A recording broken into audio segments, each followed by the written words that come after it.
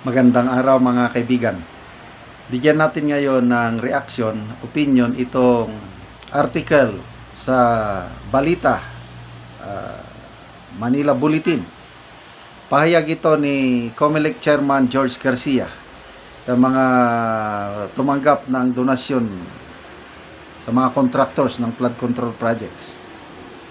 Ito, title, Tatlong komandidatong senador noong 2022 nakatanggap umano sa mga kontraktor ng flood control projects. COMELEC.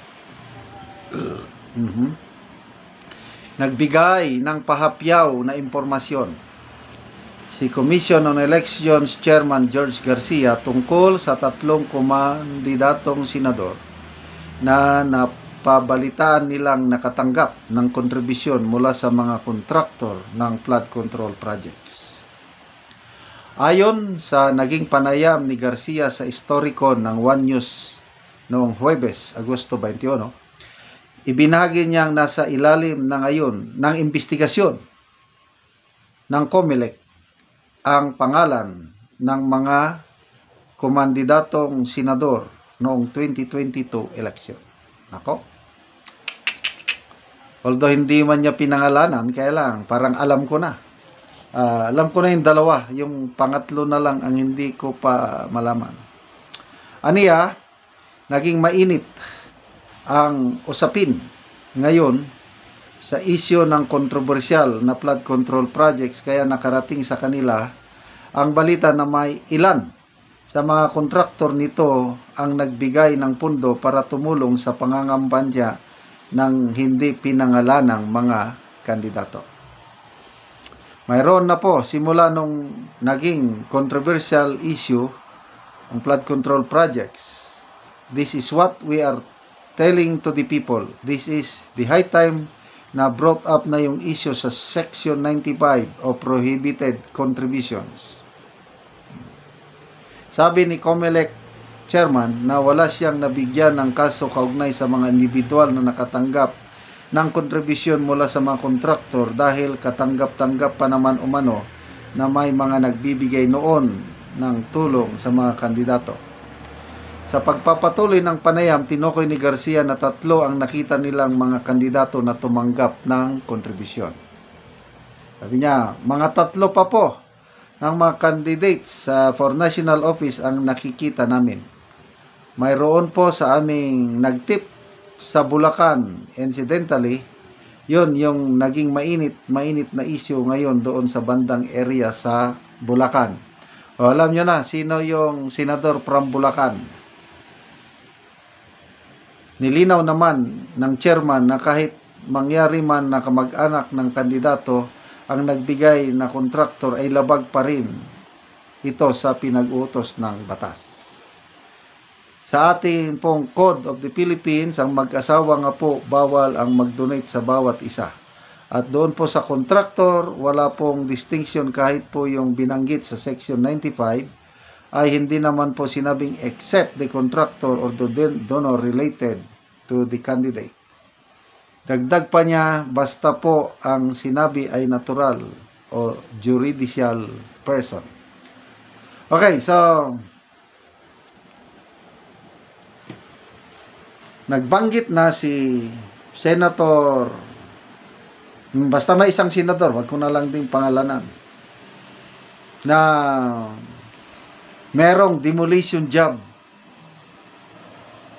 laban sa kanya. Kasama ba siya dito sa iimbestigahan? So, connecting the dots, ano na ito eh? Connected na rin ito sa impeachment.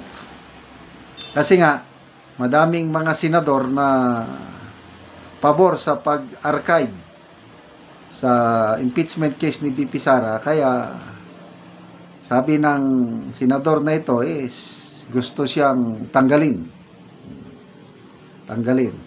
So, kung labag sa batas, panagutin. Kaya lang, wag selective. Dapat lahatin. Kasi ito ang masama sa ating bansa. Kung kapartido mo, magbingi-bingian. Kung kontrapartido na, Wala na, hahabulin na. Kaya hindi umaasenso ang ating bansa dahil sa ano. And then nag-usap naman lang tayo tungkol kay Comelec Chair Garcia. Maalala ko tuloy yung nanakawan siya, I think 2 days ago. Grabe, halos hindi ako makapaniwala. Kaya lang, kinukonfirma niya na talagang nawalan siya ng bag sa loob ng restaurant. Paano nangyari yun? Wala ba siyang kasama? Kaya kung ang isang Comelec Chair mapagnakawan sa isang restaurant, I don't know kung araw ba o gabi, talagang nakaka-alarma na.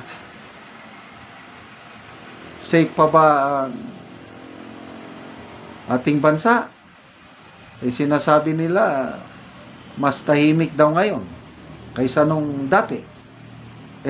I'm sorry, tingin ko mas tahimik nung dati, panahon ni PRRD. Kasi nga, takot sila sa ano. Alam nilang ang leader, walang sinasanto. Kailang, yung mga mababait, okay lang sa mga mababait dahil wala kang ginagawang masama. So, ngayon, kahit wala nang pinapatawad artista, sa news anchor, si Arnold Clavio. Umagang-umaga, hinold up din siya sa isang gasolinahan. Anyway, balik tayo sa issue. Bawal nga ang magtanggap campaign donasyon galing sa mga contractors. So, imbestigahan at parusahan yung dapat maparusahan. Kaya lang, itong mga contractors naman ito, sa ginagawang investigasyon ngayon, talagang matatamaan sila. Ang problema na lang, yung kakutsaban nilang politiko kung paano mabubulgar. Parang alanganin. Kaya lang, kung ako ang kontraktor, at alam ko, delikado na ko, kakanta ko na rin yung politiko na tumanggap ng mas marami. Bahala na, damay-damay na lang. Okay, salamat mga kaibigan sa inyong pagsubaybay sa ating channel. Nakakatulong kayo ng malaki sa Tribong Talandig na Bukidnon dahil ang sweldo natin sa channel na ito pantulong sa tribo. Namimigay tayo ngayon ng mga libreng yero at pako sa tribo para makapagpatayo sila ng mas maayos na tirahan. Panoorin niyo ang video na ito. Ayan, anay sa sin.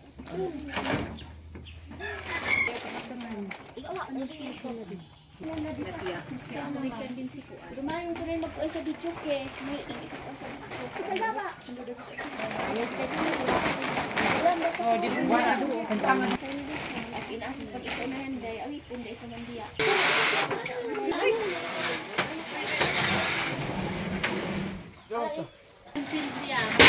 Sa mayan gain. Yan na manin. Igawaon ko mayan. Naindos ka kurak kun man ikaw moy amit ka kasi. Tuan yan. Tuan sila.